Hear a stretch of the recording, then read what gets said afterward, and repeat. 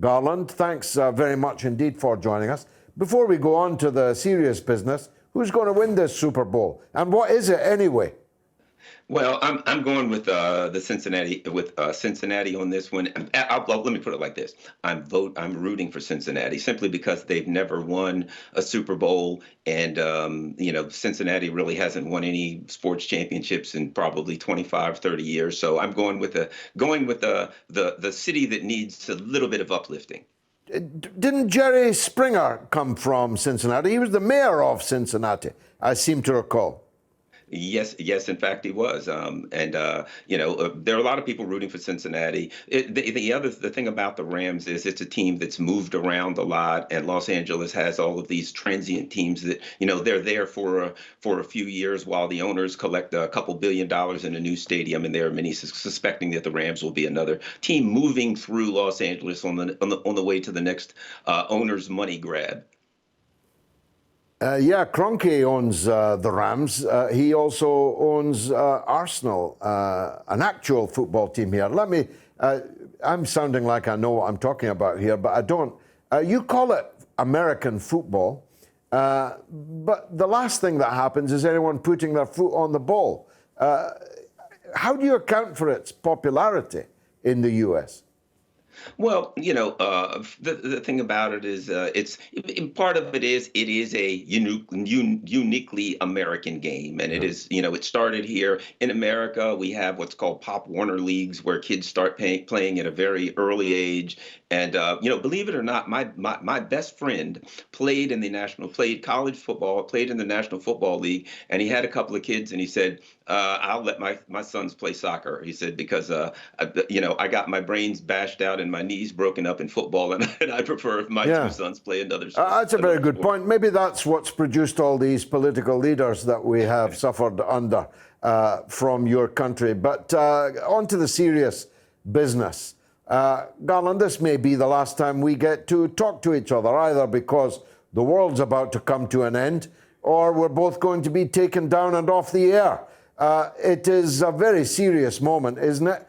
We could be on the verge of, and your government says we are on the verge of, what will turn out to be a cataclysmic war in which many will die.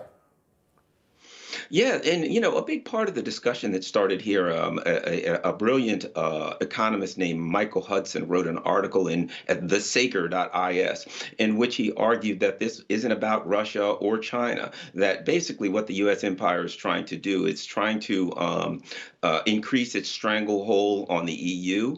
When the U.S. initially said they wanted the European countries to join them in their crusade against China, a number of European countries said no. You see, European countries are acting independently. They're trying to increase trade with Russia and China. They're looking out for their own economic needs. And the U.S. wants to basically cut them off from trade. So in a way, in an abstract way, this isn't really about Russia as much as it is the U.S. empire increasing their stranglehold on the EU, and basically, hopefully, as far as the neocons would be concerned, to sacrifice and martyr Ukraine so that they can get more power over the EU. I personally don't think it's going to happen. But they are actually asking Europe to sign a suicide note. America can live perfectly happily without Russia. And indeed without China. But Europe can live without neither. In the very short term, in this bitter winter, a war with Russia, ending all gas supplies from Russia, will bring Europe to a crashing halt. For any European power to sign up to that is the surest sign of vassalage, isn't it?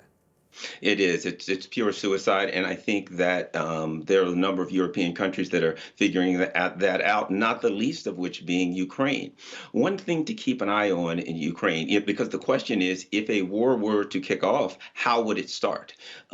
Clearly, the Russians are not going to invade Ukraine out of the blue.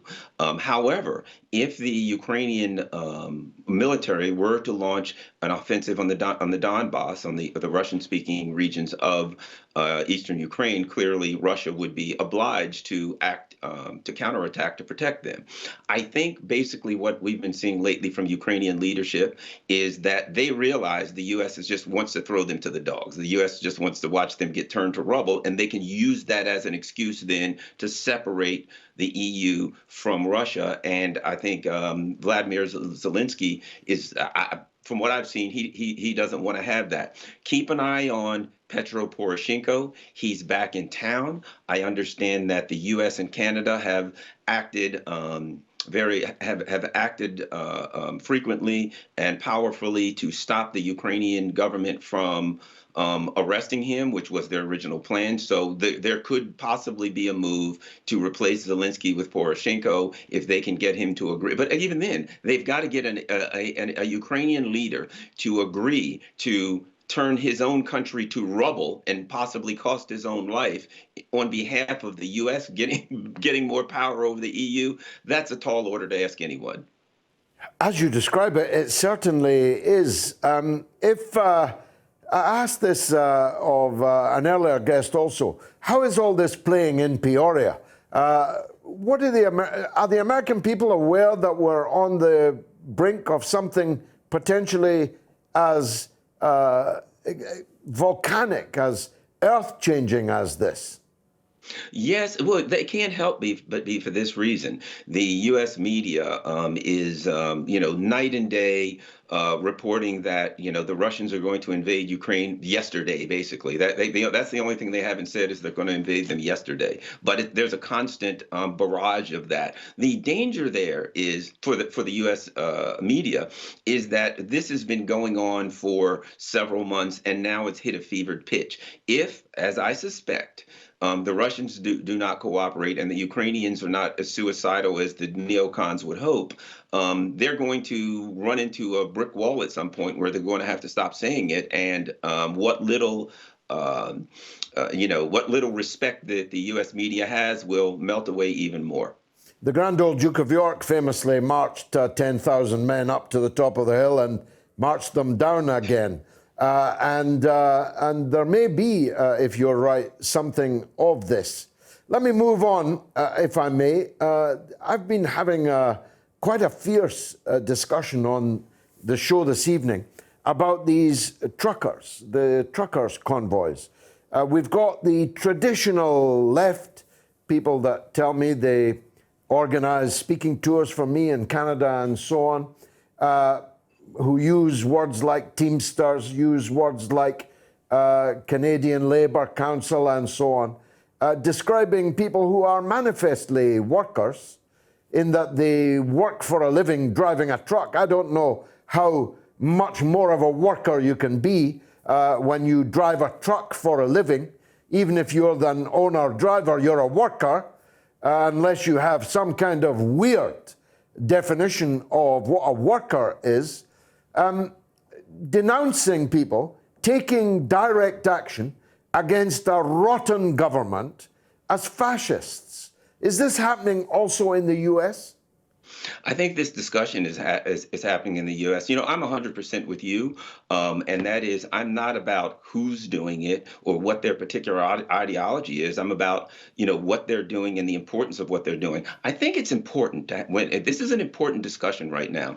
If we look at the origins of the terms left and right, where did they come from? In the 1800s, in the French Parliament, those who literally, it was a literal metaphor. Those who sat on the right in the French Parliament were those who supported the monarchy and the establishment. Those who sat on the left tended to support the poor, the commoners, etc. So if you look at this movement, if we were to judge it by the initial standards, the original standards of left and right, one could argue they're working class people and they're fighting against the establishment policies. That would make this a left-wing movement. Now, I wouldn't want to go yelling that around because it might freak out some of the people that are in it that may not, see that the same way. But that's my my view of it is whether we call it left or right, it is an anti-establishment. It is against I guess literally you could argue in Canada, it is opposing the monarchy. So it's a traditionally left, it's a workers' movement. I think we need more of this. One other thing I think you should look at,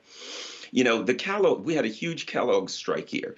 And it was 70% of the workers were doing great. There were 30% new workers who were going to get whose benefits weren't going to be as well. So the 70% joined the 30% to strike on behalf of the whole. I've heard anywhere from 80 to 85% of the truckers are vaccinated. That means that the majority are joining the minority on behalf of the whole. To me, that's traditional trade union worker type activity. And I think those on the left who don't supporting it are missing a tremendous opportunity.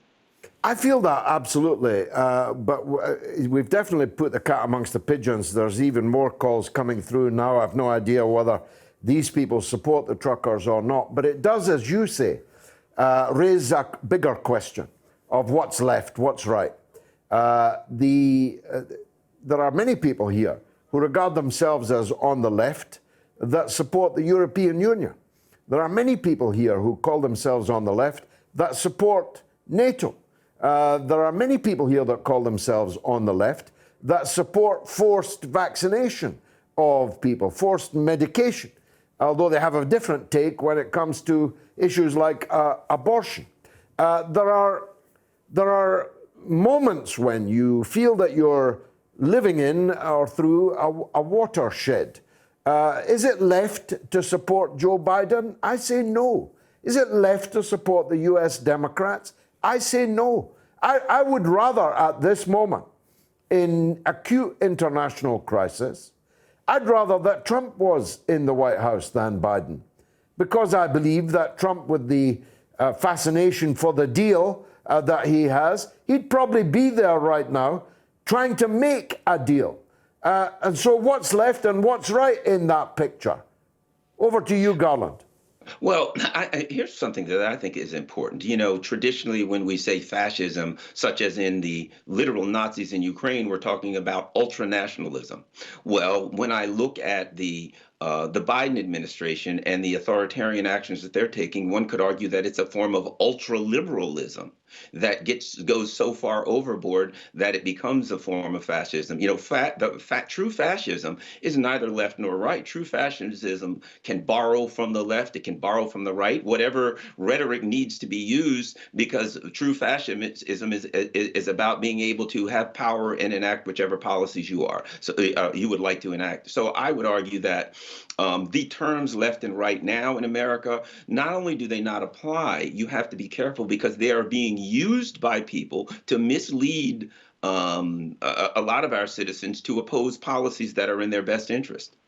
Garland, thanks for joining us. Enjoy the game tonight. I won't be joining you in watching it because it just looks like a game of rugby spoiled to me.